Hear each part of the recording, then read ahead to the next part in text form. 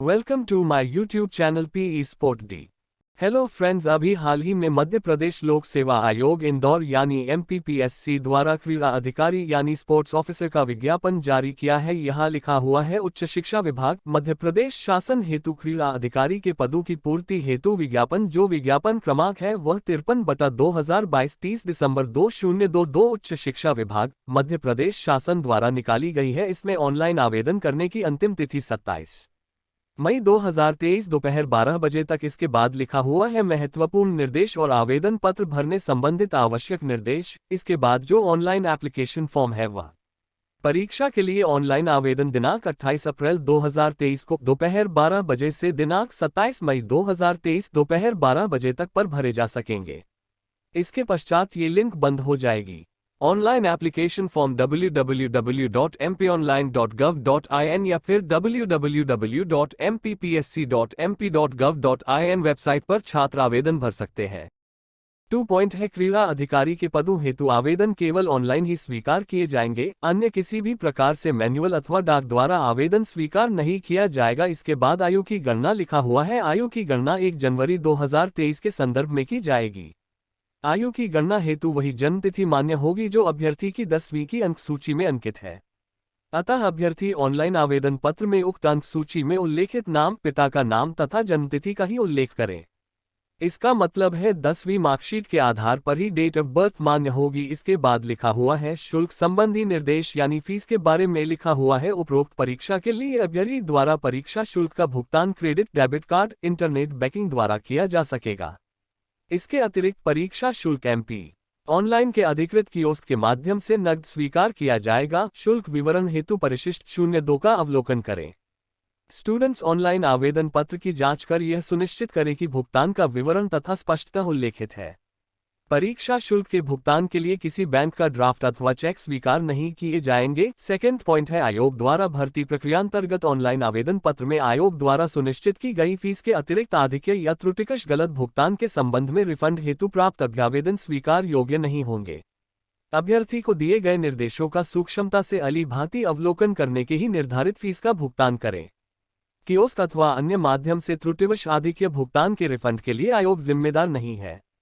इसके बाद लिखा हुआ है सुधार संबंधी निर्देश। फर्स्ट पॉइंट है स्टूडेंट्स ऑनलाइन एप्लीकेशन फॉर्म की सावधानीपूर्वक जांच कर ले। स्टूडेंट्स ऑनलाइन एप्लीकेशन फॉर्म में सुधार का कार्य 28 अप्रैल 2023 से 29 मई 2023 दोपहर 12 बजे तक कर सकता है। इसमें छात्र को करेक्शन कराने के 50 रुपए देने होंगे। सेकंड पॉइंट है स्टूडेंट्स ध्यान रखें कि एग्जाम एप्लीकेशन फॉर्म में त्रुटि का सुधार साक्षात्कार स्तर पर नहीं होगा। 3 पॉइंट है त्रुटि सुधार अवधि में श्रेणी सुधार के मामलों में यदि किसी अभ्यर्थी द्वारा आरक्षित वर्ग के रूप में भरे गए अपने ऑनलाइन आवेदन पत्र में सुधार कर उसे अनारक्षित वर्ग किया जाता है तो उसे आवेदन शुल्क के अंतर की राशि का भुगतान त्रुटि सुधार शुल्क के अतिरिक्त करना होगा। आरक्षित वर्ग में परिवर्तन की स्थिति में आवेदन शुल्क अंतर की राशि वापस नहीं की जाएगी। फोर्थ पॉइंट ऑनलाइन आवेदन पत्रों में अभ्यर्थी द्वारा भरी गई श्रेणी, वर्ग, अनारक्षित, अनुसूचित जाति, अनुसूचित जनजाति, अन्य पिछड़ा वर्ग, आर्थिक रूप से कमजोर वर्ग, लिंग, महिला, पुरुष, दिव्यांगता, भूतपूर्व सैनिक, शासकीय सेवक, जन्म तिथि आदि के आधार पर ही परीक्षा का परिणाम घोषित किया जाता है। अतः त्रुटि सुधार अवधि समाप्त होने के किसी भी प्रकार का परिवर्तन मान्य नहीं होगा। श्रेणी, वर्ग, जन्मतिथि परिवर्तन विषयक समस्त अभ्यावेदनों के संदर्भ में आयोग द्वारा आवेदक से कोई पत्र व्यवहार नहीं किया जाएगा तथा ऐसे सभी अभ्यावेदन अमान्य किए जाएंगे। अब हम परीक्षा केंद्र तथा प्रवेश पत्र के बारे में बात करेंगे। फर्स्ट पॉइंट है परीक्षा योजना तथा पाठ्यक्रम। परीक्षा तिथि एवं परीक्षा केंद्रों की जानकारी यथासमय आयोग की वेबसाइट पर प्रकाशित की जाएगी। सेकेंड पॉइंट है आयोग द्वारा भर्ती विज्ञापनों में ऑनलाइन आवेदन पत्र आमंत्रण के समय अभ्यर्थियों से परीक्षा केंद्र आवंटन हेतु शहर की अग्रमान्यता एवं उपलब्धता के आधार पर आवंटित की जाती है। अभ्यर्थी द्वारा एक बार अग्रमान्यता उपरांत परीक्षा शहर परिवर्तन के संबंध में प्रस्तुत कोई भी आवेदन स्वीकार नहीं किया जाएगा। 3 पॉइंट है आयोग द्वारा भर्ती प्रक्रियाओं में सम्मिलित अभ्यर्थियों को परीक्षा में आने जाने का नियमानुसार यात्रा व्यय प्राप्त करने हेतु का वर्गीकरण प्रावधानित है। इसके बाद लिखा हुआ है परीक्षा के नियम एवं निर्देश आदि। फर्स्ट पॉइंट है चयन। परीक्षा के संबंध में शासन द्वारा समय समय पर जो भी संशोधन निर्देश प्रदान किए जाएंगे उन सभी संशोधनों निर्देशों को चयन परिणाम में शामिल करके चयन परिणाम घोषित किए जाएंगे। नेक्स्ट पॉइंट है चयन। परीक्षा के संबंध में यदि भर्ती नियम, आयु, मूल निवासी रोजगार पंजीयन आरक्षण संबंधी संशोधन शासन द्वारा किए जाते हैं, तो इस संबंध में यथा समय संशोधित सूचना जारी करने के उपरांत शासन द्वारा समय समय पर जारी निर्देशों के अनुरूप अंतिम चयन परिणाम घोषित किया जाएगा। नेक्स्ट पॉइंट, पाठ्यक्रम निर्धारण समिति द्वारा विज्ञापन के संदर्भ में प्रकाशित पाठ्यक्रम में यदि कोई परिवर्तन किया जाता है तो तदनुसार संशोधित पाठ्यक्रम परीक्षा के यथोचित समय पूर्व आयोग की वेबसाइट पर प्रकाशित किया जाएगा। इसके बाद है नेक्स्ट पॉइंट, चयन परिणाम प्रकाशित होने के बाद भी यदि कोई कंप्यूटर त्रुटि, लिपिकीय त्रुटि ध्यान में आती है तो आयोग के पास चयन परिणाम को सुधारने का अधिकार सुरक्षित है। एक, चयनित अभ्यर्थियों की सूची तथा प्रतीक्षा सूची एवं चयनित अभ्यर्थियों के अभिलेख संबंधित विभागों को आयोग द्वारा प्रेषित किए जाएंगे। नेक्स्ट पॉइंट है, आयोग द्वारा प्रकाशित भर्ती विज्ञापनों के उपरांत कई अभ्यर्थियों द्वारा तथ्यहीन आधारों पर बिना कोई साक्ष्य दस्तावेजों के इस प्रकार के किसी भी माध्यम से प्राप्त अभ्यावेदनों को स्वीकार नहीं किया जाएगा। इसके बाद अन्य और निर्देश है जिसे आप देख सकते हैं। अब हम स्पोर्ट्स ऑफिसर की पोस्ट के बारे में बात करेंगे। किसमें कितनी पोस्ट है, general, OBC, ST, SC, EWS आदि और निःशक्त जिनके लिए। आइए अब हम देखते हैं। विषय में लिखा हुआ है स्पोर्ट्स ऑफिसर।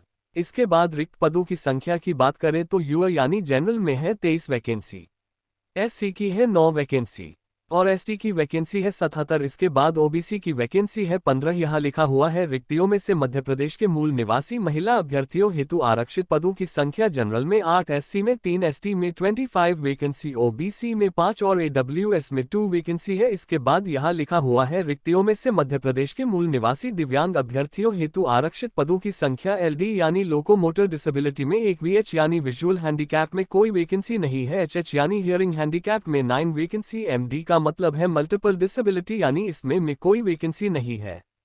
अब हम पद विवरण की बात करेंगे। जो विभाग का नाम है वह मध्य प्रदेश उच्च शिक्षा विभाग। इसके बाद श्रेणी में लिखा हुआ है राजपत्रित द्वितीय श्रेणी यानी सेकंड लेवल पर पोस्ट है। इसके बाद सी में लिखा हुआ पद स्थिति यानी कि जो पद स्थिति है वह स्थायी यानी परमानेंट है।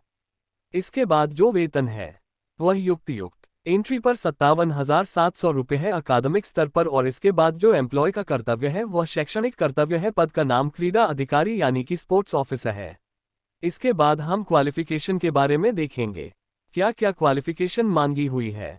आइए हम इसको देखते हैं। लिखा हुआ है 1 पॉइंट में शारीरिक शिक्षा और खेलकूद विज्ञान अथवा शारीरिक शिक्षा और खेलकूद विज्ञान में 55% अंकों अथवा जहां कहीं भी ग्रेडिंग प्रणाली लागू हो वहां पॉइंट स्केल में समतुल्य ग्रेड के साथ निष्णायत उपाधि हो यानी कि 55% marks in physical education and sports science और physical education and sports science में होना चाहिए। सेकेंड पॉइंट में अंतर विश्वविद्यालयी अंतर महाविद्यालयी प्रतिस्पर्धाओं अथवा राज्य और अथवा राष्ट्रीय चैंपियनशिपों में विश्वविद्यालय महाविद्यालय का प्रतिनिधित्व करने का रिकॉर्ड होना चाहिए यानी इस लेवल पर पार्टिसिपेटेड किया हो। 3 आरडी में है उपर्युक्त अर्हताओं को पूरा करने के अलावा अभ्यर्थी को अथवा सीएसआईआर द्वारा आयोजित राष्ट्रीय पात्रता परीक्षा एनईटी अथवा विश्वविद्यालय अनुदान आयोग द्वारा प्रत्यायित समान परीक्षा यथा उत्तीर्ण करनी होगी अथवा जिन्हें विश्वविद्यालय अनुदान आयोग एमफिल पीएचडी उपाधि प्रदान करने के लिए न्यूनतम मानक व प्रक्रिया विनियम 2009 अथवा 2016 एवं समय समय पर इनमें किए गए संशोधनों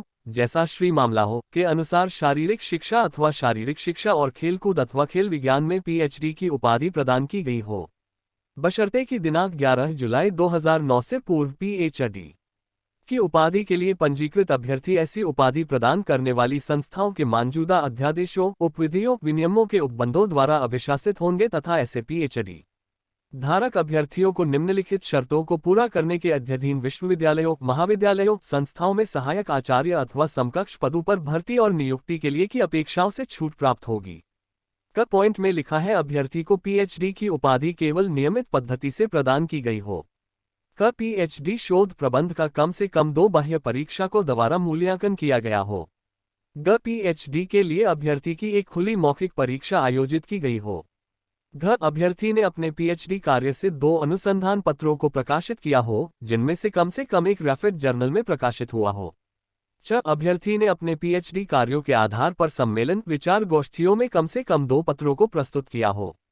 नोट क से ड में दी गई इन शर्तों पर खरा उतरने के संबंध में संबंधित विश्वविद्यालय के कुल सचिव अथवा संकाय अध्यक्ष शैक्षणिक कार्य द्वारा अभिप्रमाणित किया जाना होता है। 4 पॉइंट में ऐसी विधाओं में निष्णायत कार्यक्रमों में परीक्षा उत्तीर्ण करना अपेक्षित नहीं होगा जिसके लिए CSIR द्वारा ECT अथवा द्वारा जैसी परीक्षा आयोजित नहीं की जाती हो। 5th पॉइंट में है इन विनियमों के अनुसार आयोजित की गई शारीरिक फिटनेस परीक्षा उत्तीर्ण की हो।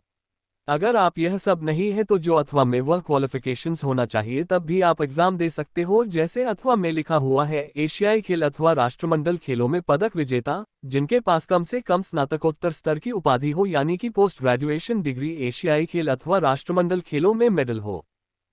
शारीरिक स्वास्थ्य जांच संबंधी मानदंड इसमें लिखा हुआ है सभी अभ्यर्थी जिनके लिए शारीरिक स्वस्थता जांच करना अपेक्षित है उन्हें ऐसी जांच करवाने से पूर्व एक चिकित्सा प्रमाण पत्र देना होगा कि वह ऐसी जांच करने के लिए चिकित्सीय रूप से स्वस्थ है, यानी कि फिजिकल फिटनेस सर्टिफिकेट देना होगा कि वह शारीरिक रूप से स्वस्थ है। इसके बाद फिजिकल टेस्ट होगा, उसमें पुरुष के लिए इसमें 12 मिनट की दौड़ है। इसमें अलग अलग एज कैटेगरी दिया हुआ है, जैसे 30 वर्ष के लिए 1800 मीटर, 40 वर्ष तक के लिए 1500 मीटर, 45 वर्ष तक के लिए 1200 मीटर और 50 वर्ष तक के लिए 800 मीटर होना चाहिए। इसके बाद में महिलाओं के लिए 8 मिनट की रनिंग, इसमें 30 वर्ष की महिलाओं के लिए है 1000 मीटर, 40 वर्ष की महिलाओं के लिए 800 मीटर, 45 वर्ष की महिलाओं के लिए 600 मीटर रनिंग और 50 वर्ष तक के लिए है 400 मीटर। इसके बाद आयु सीमा है, इसमें लिखा हुआ है 21 वर्ष की आयु पूर्ण कर ली हो लेकिन 40 वर्ष की आयु पूर्ण न की हो। इसमें जो आयु की गणना होगी वह 1 जनवरी 2023 से होगी। इसके बाद और कुछ नियम है जो कि मैं पहले ही बता चुका हूं, जैसे अंतिम तिथि। इसके बाद उसमें लिखा हुआ है जो अदर स्टेट के हैं वह एप्लीकेशन में जनरल कैटेगरी लिखे। इसके बाद लिखा हुआ है जो अभ्यर्थी किसी विरुद्ध मामला दर्ज है वह किसी भी पद या नियुक्ति के पात्र नहीं होगा। इसमें MP के स्टूडेंट्स के लिए कुछ छूट दी गई है, जैसे एज में आप देख सकते हो इसमें 62 वर्ष से अधिक आयु नहीं होना चाहिए। अब हम चयन प्रक्रिया के बारे में देखेंगे। पहला पॉइंट है उपरोक्त पदों पर अंतिम चयन ऑनलाइन प्रतियोगी परीक्षा के प्राप्तांक तथा यदि अभ्यर्थी मध्य प्रदेश के शासकीय महाविद्यालयों में अतिथि विद्वान क्रीड़ा अधिकारी है तो इस रूप में कार्यानुभव के आधार पर देय वरीयता अंक के योग के गुणानुक्रम के आधार पर होगा। सेकंड पॉइंट है ऑनलाइन परीक्षा में सफल होने के लिए अभ्यर्थियों को प्रत्येक प्रश्न पत्र में कम से कम 40% अंक अर्जित करना अनिवार्य होगा। मध्य प्रदेश के अनुसूचित जाति, अनुसूचित जनजाति, अन्य पिछड़ा वर्ग, आर्थिक रूप से कमजोर तथा दिव्यांग श्रेणी के अभ्यर्थियों को अंकों में 10% की छूट दी जाएगी। इस प्रकार उनके लिए लिखित परीक्षा में प्रत्येक प्रश्न पत्र में कम से कम 30% अंक प्राप्त करना आवश्यक होगा। 40% तथा 30% अंकों की गणना में अतिथि विद्वानों को देय वरीयता अंक सम्मिलित नहीं होंगे। 3 पॉइंट है परीक्षा में उत्तीर्ण अभ्यर्थियों के प्राप्तांकों में अतिथि विद्वानों को देय वरीयता अंक जोड़कर प्राप्त अंकों के गुणानुक्रम के आधार पर चयन सूची जारी की जाएगी। 4th पॉइंट है आयोग की परीक्षा प्रणाली में पुनर्मूल्यांकन पुनर्गणना का कोई प्रावधान नहीं है। इस विषय में प्राप्त आवेदनों पर कोई कार्रवाई नहीं की जाएगी। इसमें जो एग्जाम है वो ऑफलाइन होगा। इसमें यह भी लिखा हुआ है अगर ऑनलाइन पद्धति से होता है तो वेबसाइट पर इन्फॉर्म कर दिया जाएगा। लिखा हुआ है परीक्षा की योजना, परीक्षा की डेट और एग्जाम सेंटर वेबसाइट पर इन्फॉर्म कर दिया जाएगा। इसके बाद इसमें एग्जाम के सेंटर और कोड दिए हुए हैं, जैसे फर्स्ट कोड में है भोपाल, सेकंड कोड में है इंदौर आदि आप लोग देख सकते हो। इसमें स्टूडेंट्स एग्जाम के लिए 4 सेंटर एप्लीकेशन फॉर्म में भर सकते हैं। इसमें जो आवेदन की प्रक्रिया है वह इंटरनेट के माध्यम से ऑनलाइन आवेदन भर सकेंगे। स्टूडेंट्स द्वारा आवेदन पत्र में वर्तमान पता एवं मेल ID पर ही आयोग द्वारा आवश्यक पत्र व्यवहार किया जाएगा। उसके बाद लिखा हुआ है शासन द्वारा कोविड-19 का पालन करना अनिवार्य होगा।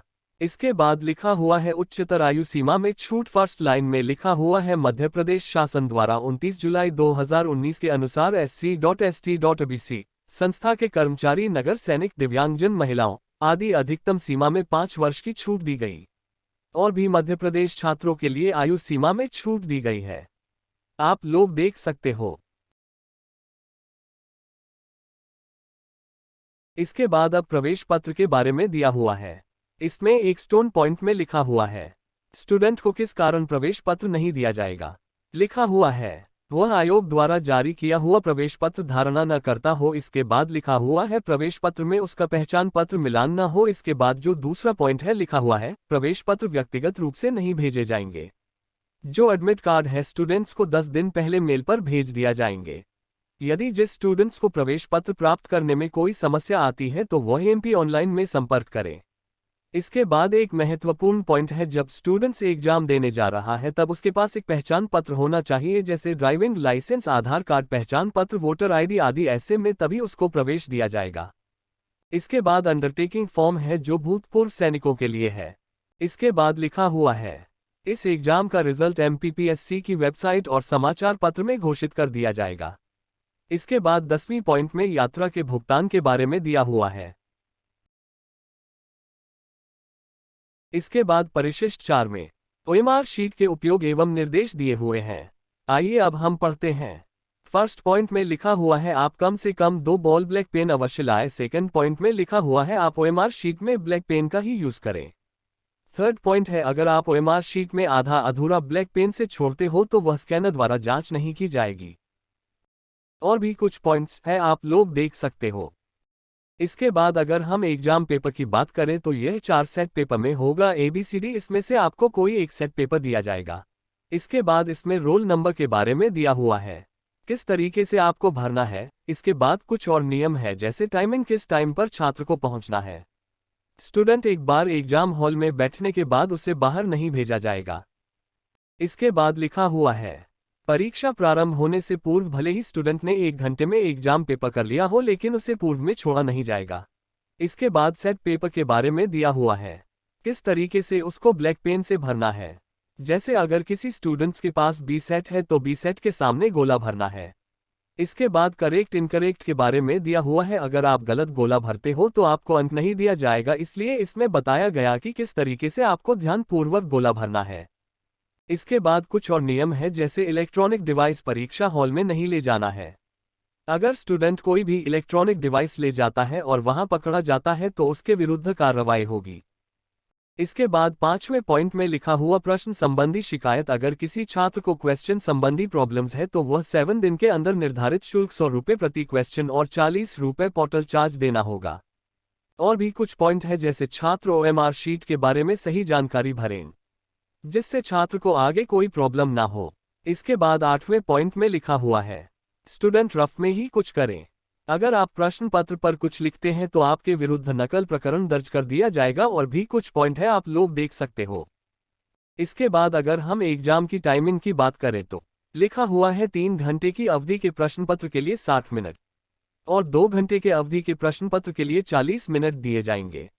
इसके बाद कुछ सुविधा है जो छात्रों के लिए शासन द्वारा दिए जा रही है। इसके बाद 11वें पॉइंट में विविध में लिखा हुआ है, इसमें छात्रों के लिए प्रश्न पत्र में कोई भी ग्राफ पेपर नहीं है और student graph paper exam hall में भी नहीं लाएंगे। 12 पॉइंट में लिखा हुआ है, स्टूडेंट OMR शीट ध्यानपूर्वक पढ़ें एवं उनका पालन करें।